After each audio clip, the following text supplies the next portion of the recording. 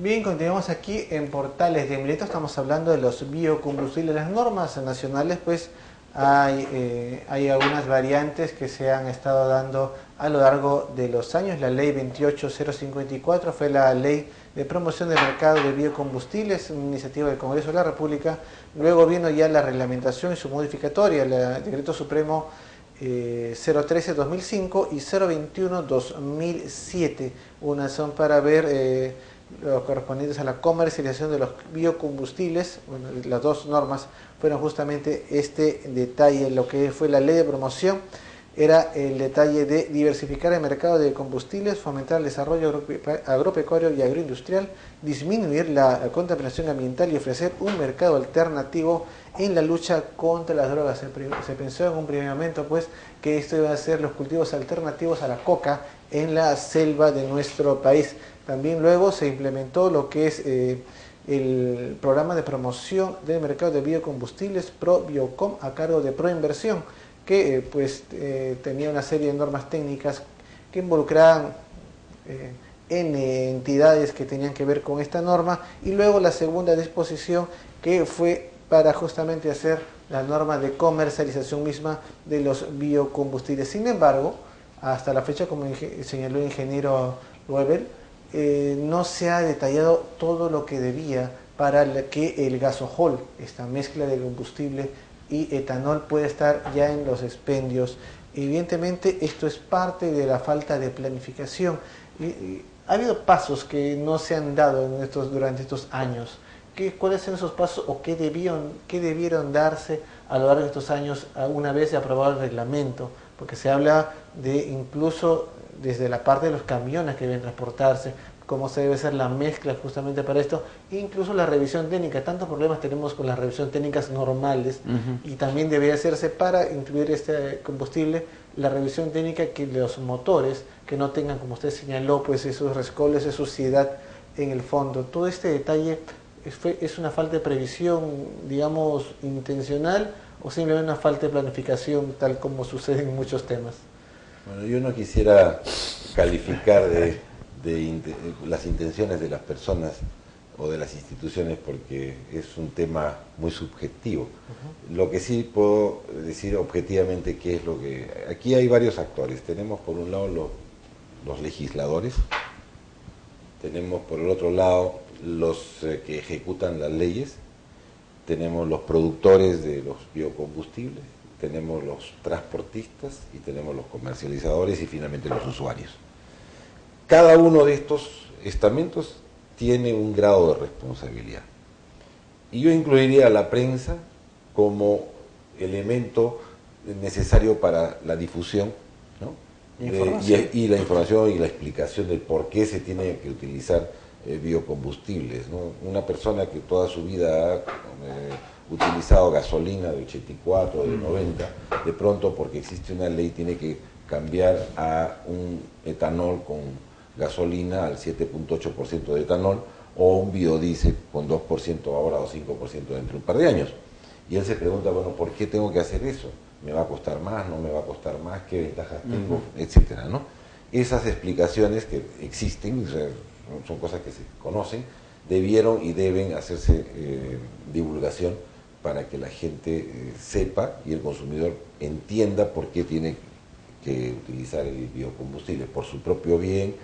En el Perú se gastan muchos miles de millones de soles y dólares al año en tratar la salud de niños y de ancianos por problemas de asma o por problemas respiratorios.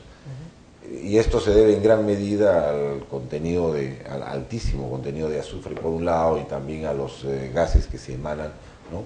De los vehículos. De los viejos, vehículos. principalmente. Entonces, es necesario que la gente conozca, se concientice. Los jóvenes en los colegios y los niños en los colegios deben ser conscientes del cuidado del medio ambiente. Entonces ahí hay una falla de divulgación que corresponde a la prensa, corresponde un poco al Ministerio de Educación y otros estamentos. Luego tiene usted el problema de la norma técnica. El Perú podía haber adoptado la norma técnica norteamericana o europea, pero decidió optar por una norma técnica peruana. Esa norma técnica debió haber salido hace mucho tiempo. Hay un grado de responsabilidad sin esa norma técnica entonces no se puede decir cómo funcionan los demás estamentos, a qué normas se van a acoger. Indecopi es el que... Bueno, es Indecopi, la Dirección General de Hidrocarburos, los mismos productores del etanol, los productores de combustibles tenían que reunirse con suficiente tiempo y llegar a una norma técnica aceptable para todos. Eso todavía no está determinado. Entonces, al no existir una norma técnica clara, obviamente los griferos dicen, bueno, ¿a qué nos vamos a acoger? ¿Cómo vamos a comercializar? ¿Cuáles son las normas de adecuación? Luego tiene usted el problema del transporte, ¿no? Los transportistas en el Perú, lamentablemente muchos de ellos son informales o semiformales.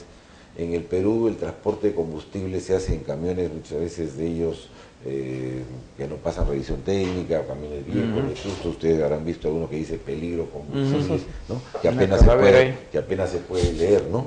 Entonces, que en sí son un peligro, sí, no tenga. Claro, entonces todos esos son pasos que debieron darse a la vez que se corregía y se formalizaba el transporte de combustible, dándole seguridad a todos los transeúntes y a los demás conductores que pasan al lado de un vehículo de esta naturaleza. También se le da seguridad a los grifos, ¿no? Se tiene que ver, no es cuestión solamente de limpiar un tanque, es posible que a veces solo baste con limpiar, pero hay otros que son muy antiguos que habrá que reemplazarlos. Lo mismo ocurre con los tanques de gasolina de los vehículos. En Lima el parque automotor promedio tiene 18 años y en la provincia 25 a 30 años. Eso significa que usted tiene que ver qué tanques de esos pueden ser lavados, son susceptibles de ser limpiados y otros habrán de cambiarlos. ¿Bajo qué normas se van a regir? Usted no puede disponer de tanques que adentro tiene vapor de combustible y que después alguien lo quiera reciclar de una manera cualquiera y los haga explotar. O sea, hay normas que se tienen que considerar y que hacen pues que la realidad nos dicte que, si bien es cierto, existe una ley y que la ley debe cumplirse, también es cierto que hay una realidad. Entonces, la propuesta que nosotros hicimos al gobierno a través de la Dirección General de Hidrocarburos es hacer las cosas por partes, respetar la norma que dice que el 1 de enero del 2010 se inicia, pero no cometamos el error de tratar de abarcar todo el país, que por sí tiene una geografía muy complicada, y transportar el alcohol que tiene que transportarse en forma hermética no es tan simple. Hay plantas distribuidoras que todavía no están preparadas, mezcladoras, etcétera, ¿no? Entonces, por más que se quiera forzar la máquina, cosa con la que a mí me hubiese gustado, a mí también me hubiese gustado que todo empiece el 1 de enero, pero uno tiene que ser consciente de las realidades, ¿no? Y las realidades dictan, progresivo, ¿no? Tiene que ser progresivo. Yo no veo una salida distinta.